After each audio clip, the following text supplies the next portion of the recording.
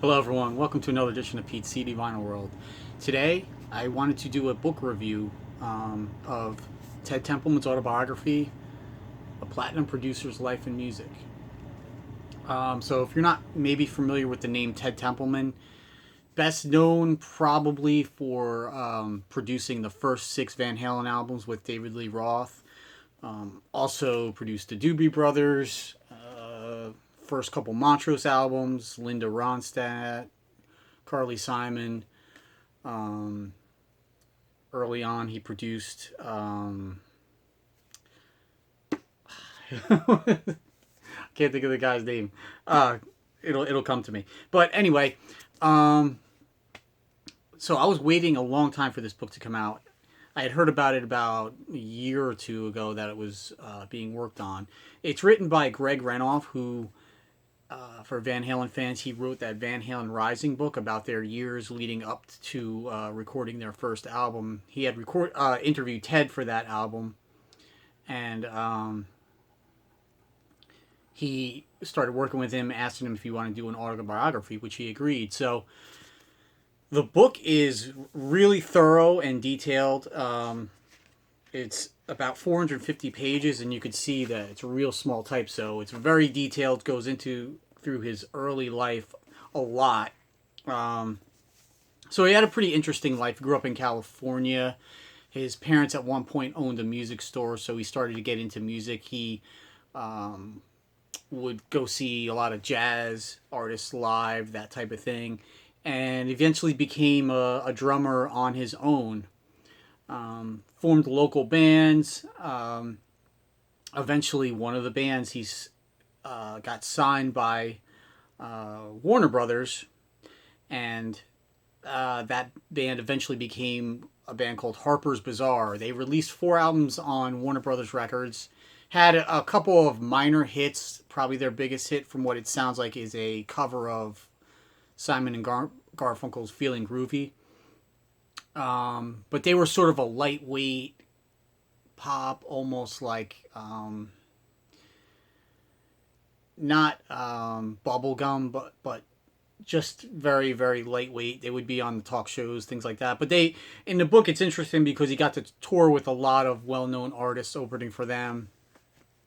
So this leads him into the production side, because they were one of those bands where they did not play on their albums. They basically just sang, and the wrecking crew played all the instrumentation. He was a drummer and eventually moved to the lead vocal spot. But by the last album, they did start playing their own instruments, and he was always interested in the recording side of it. He mentions going to the Warner Brothers studio and seeing Frank Sinatra perform with an orchestra, things like that. Witnessed Elvis, I believe, singing as well. And he befriended their producer, who was one of the bigwigs at Warner Brothers, a guy named Lenny. I forgot his last name offhand, but he befriended him and got into the production side. So after his band broke up, they never had any real big success. None of their albums sold very well, but eventually he talked his way into getting almost like a mailroom job at Warner Brothers Records, and eventually, through his friend Lenny, who was higher up at Warner Brothers Records, got into some production stuff here and there, and eventually, make a long story short, he got co-production credits on Van Morrison. He was the other artist, I forgot. Van Morrison's first couple albums. And he tells some interesting stories about him. And Van Morrison's known as sort of a curmudgeon and just hard to deal with, which he does elaborate in this book a lot. But he also describes that it's his personality doesn't really mean to be like that. It's just that's how he comes off to people. So from Van Morrison, he went on to produce the Doobie Brothers. He at this point, I believe the first couple Van Morrison things he produced were hits. So he was assigned the Doobie Brothers to produce on his own, and the way he describes them is just like you would think. They were basically like a biker gang. They would show up to the studio with all these, beggars and hangers on, piles of drugs everywhere. The first Doobie Brothers album didn't do that well. The second one is the one that had a bunch of hits on it. So that got him an even higher position at Warner Brothers, which got him into signing artists. Eventually, he became almost a VP at Warner Brothers Records, which I never knew. I always thought he was just a producer, but it makes sense now because most of his artists he produced were always on Warner Brothers or one of the subsidiaries like Geffen and this and that. So he went throughout the 70s, produced Doobie Brothers. They had a bunch of hits from their second album on.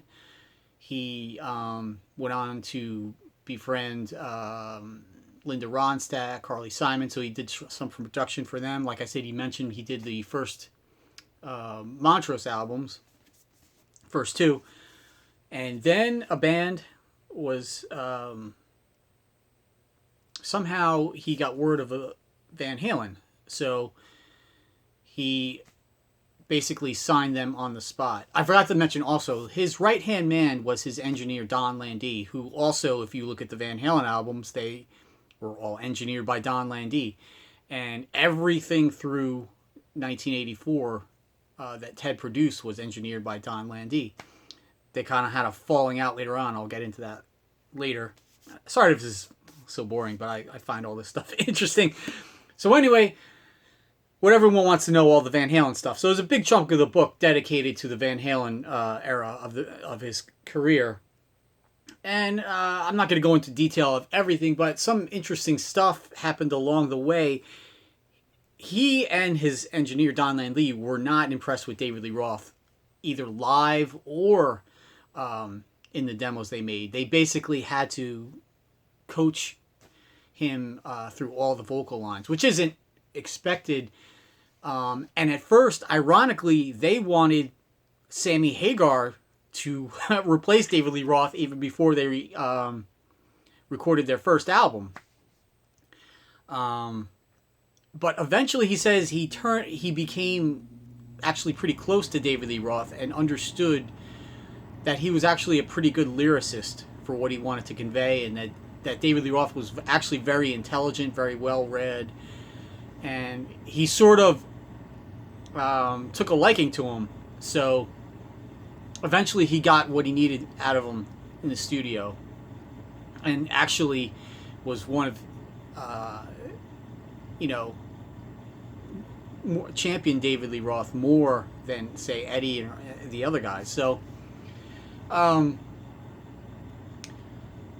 throughout the first 5 albums, Van Halen 1 through Diver Down, he talks about how they had a great relationship and everything always went great in the studio. Thought Eddie was one of the greatest musicians, natural musicians he'd ever met. Right up there with some of the jazz musicians he met. And the thing about Ted is, if you notice, a lot of his records sound, I don't want to say dry, but there's not a lot of that reverb and overproduction. His production style, I think, lets each artist and instrument stand out on its own. And, if you listen to the Van Halen albums or the Doobie Brothers albums, a lot of them were recorded at the same studio, Sunset Sound in California. But they all sound different, but they all have some unique qualities that all the instruments come to life and are very well recorded. Him being a drummer, I've always thought that the drums on the Van Halen albums were always recorded really well. Also mentions that how important Michael Anthony was to the band, his bass playing and his vocals. I didn't know this either. He also says on the first 6 Van Halen albums, he actually doubled Eddie's background vocals for all the albums. Some interesting thing about the Doobie Brothers, once Jeff Skunk Baxter and Michael McDonald joined the band, they became more, I don't want to say jazz, but more R&B slash jazz influenced. And by the time they got to Minute by Minute, the band was on the verge of breaking up. It was a tough task recording that album, and they could not get the song What a Fool Believes down on tape the way the Doobie Brothers heard it or he heard it. Almost didn't make the album, which would have been incredible, because that album is not that great in my opinion, and that's definitely the song that put them over the top as far as getting Grammy Awards. Make a long story short, Ted himself actually recorded the drums for What a Fool Believes because he finally had enough of them re-recording it, recording it, recording it. He's like, here, let me do it. So he recorded the drum tracks and then built upon that and recorded the single The Way We Know It Now. Another thing that's interesting about the Doobie Brothers, they had two drummers, but Ted talks about how on their albums, one of the drummers would record about 3 or 4 songs, the other drummer would record about 3 or 4 songs, and the other guy would play percussion on each track, and maybe like 1 or 2 tracks on each of their albums the drummers would play at the same time, but somehow he knew which drummer was best for each track, things like that.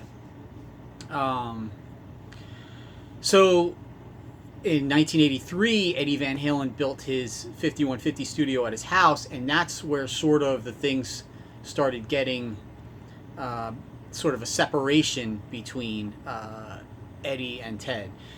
What happened was, on the earlier albums, obviously the studio, or the record company's footing the bill for all the studio costs, so the bands have to get it, there's a budget, and the bands have to get everything recorded in a certain amount of time.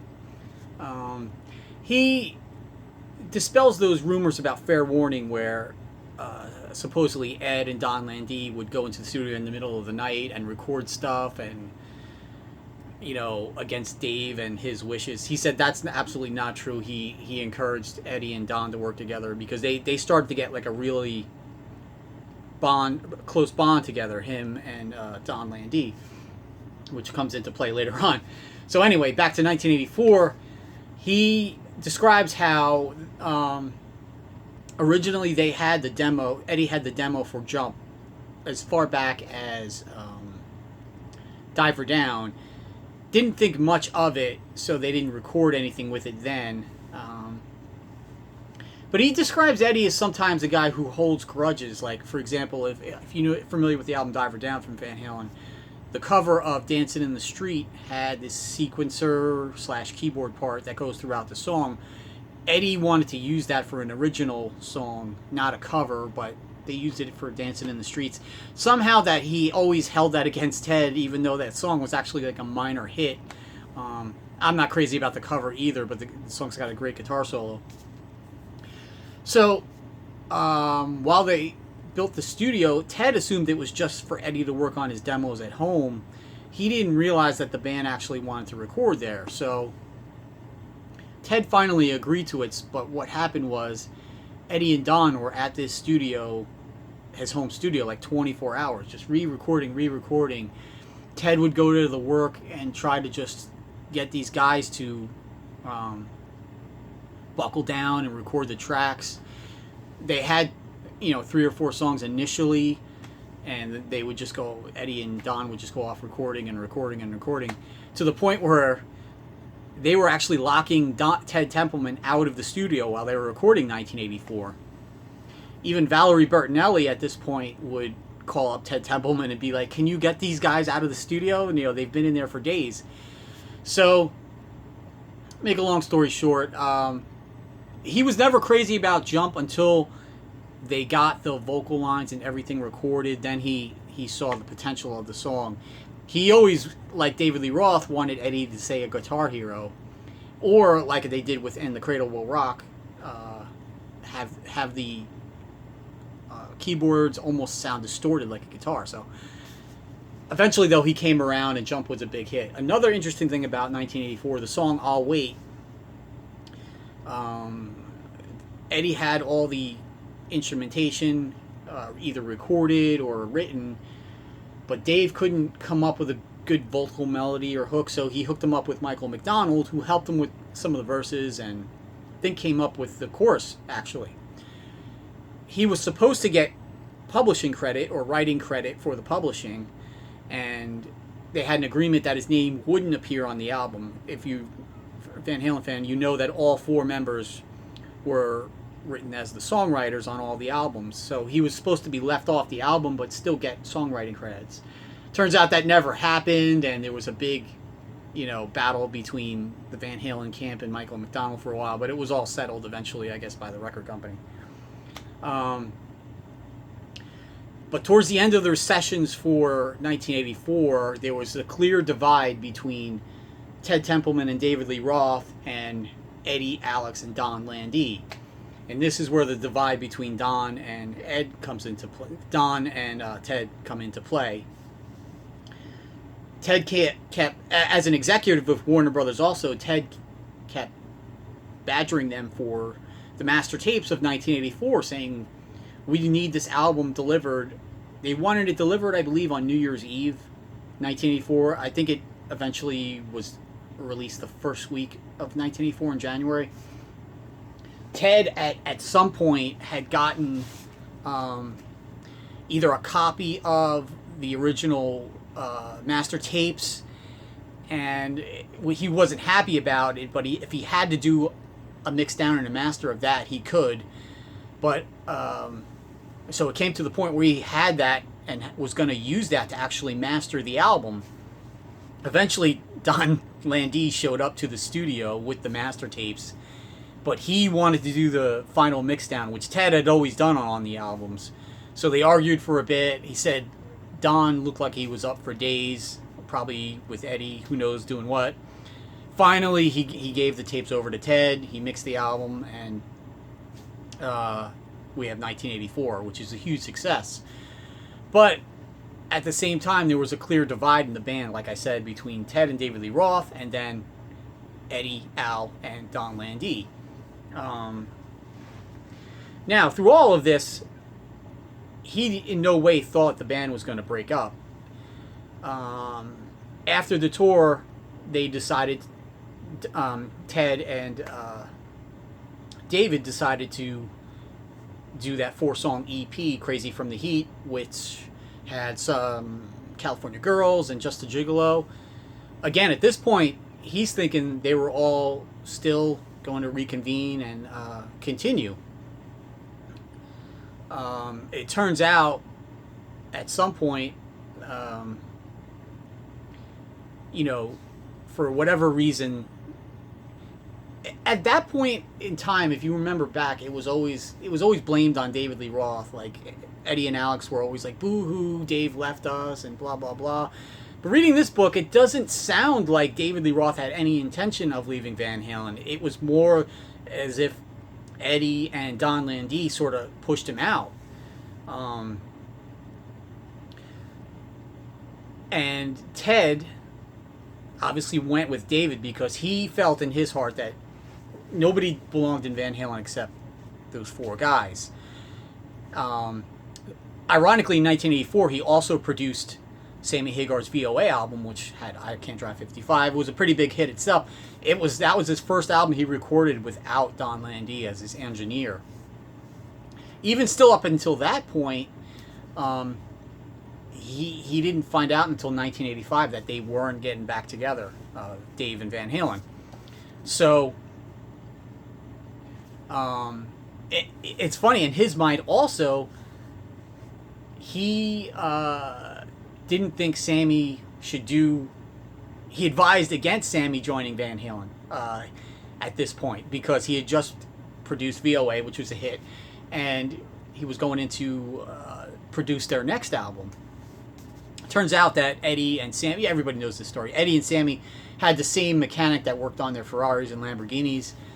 He gave Eddie Sammy's number, blah, blah, blah. He came down to 5150 Studio. He joined the band. They wanted Ted to produce 5150, but Ted had already agreed to produce Dave, and Ted didn't want to produce a Van Halen album without Dave. So Ted went on to produce Eat 'Em in Style with David Lee Roth. He thought the band was great.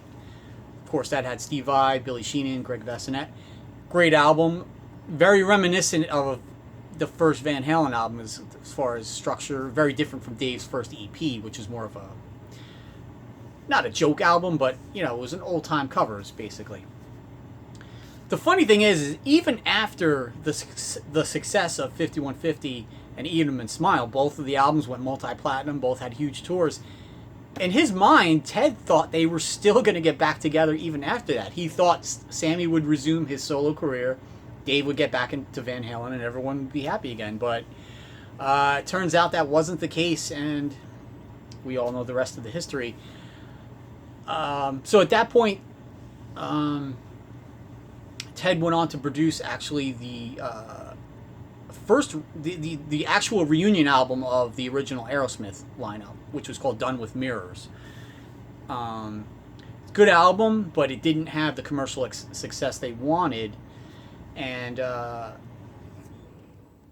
Dave had asked him to produce the next David Lee Roth album, which would have been Skyscraper, and then Aerosmith asked Ted to produce the follow up to Done with Mirrors, which became Permanent Vacation.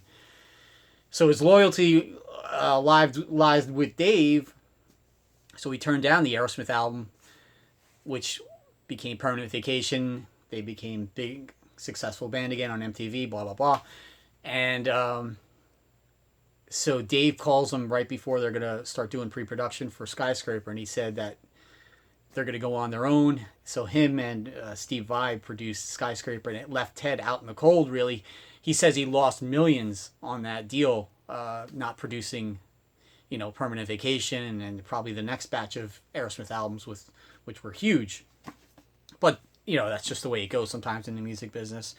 And the funny thing is, too, that even Eddie and Sammy were still close with Ted. He actually sequenced 5150 for them, meaning he arranged what order the track should be in. So they still trusted him. So it's kind of funny that he did work both on 5150 and Eat 'Em and Smile with David Lee Roth. Towards the late 80s, he went on to produce, what else did he have? The first Bullet Boys album. I think he produced their first couple albums. He said they reminded him of Van Halen. They, I don't think, had success after their first album. Into the 90s, he was, I guess, more on the artist and development side and just working for Warner Brothers, basically. The book, though, the one thing that does bother me about the book a little bit is he goes into all this detail and stuff up until about 1993. So the last, years of since 1993 to present is summarized in about 20 pages. He hasn't done much production, but one of the albums I was looking forward to talking about is one of my favorite Cheap Trick albums, Woke Up with a Monster. This was their sole album on Warner Brothers. I know the band wasn't happy with his production. I think Benny Carlos said he doesn't know how to record a 12-string bass or whatever, but I thought this album sounded great, actually. Real crisp sound. The one thing about Ted, if you're a fan of his, is you listen to this album or like even Diver Down, this guy knows how to record a snare drum. I've never heard better sounding snare drums than on Ted Templeman produced albums, but that makes sense because he's a drummer himself. But yeah, I wish he would have went into that album a little bit more. Eventually, he was let go by Warner Brothers in the late 90s, I think about 1997. And, I also forgot to mention they did bring him in for Unlawful Cardinal Knowledge with Van Halen because Andy Johns produced that. And he was basically in a drunken stupor constantly. They needed Ted to come in and just, take charge and finish the album. But besides that, he hasn't done much producing in the last 20 years. He mentions in the book the last thing he produced was a Doobie Brothers album in 2010, I believe. And the book sort of ends there. He doesn't mention what happened with his relationship with Don Landee. He's been sort of a recluse since OU812 from Van Halen, which Don produced. And Eddie wasn't happy with that, and he probably cut him off at that point. I think he's been out of the music business since then. So I've heard people are trying to get him to write a book, but yeah, no, he's never been interviewed either. So, I love rock autobiographies and biographies. So if you're interested in production and just an outside view of the music business, this is a great book, especially if you're interested in the Van Halen stuff. Ironically, doesn't once the CD age came into the 80s, it doesn't really go into that much as far as, CD versus vinyl. The only thing he sort of mentions briefly is about how once the album is mixed down and a master tape is produced, then the lacquers are cut to have the albums cut and blah blah blah. But he doesn't go into anything as far as how CDs are mastered, mixed, and things like that. But anyway, it's a great book. If you see it, pick it up. Or you can order it on Amazon. So if you've read this, let me know how you like it, and talk to you guys later. Thanks.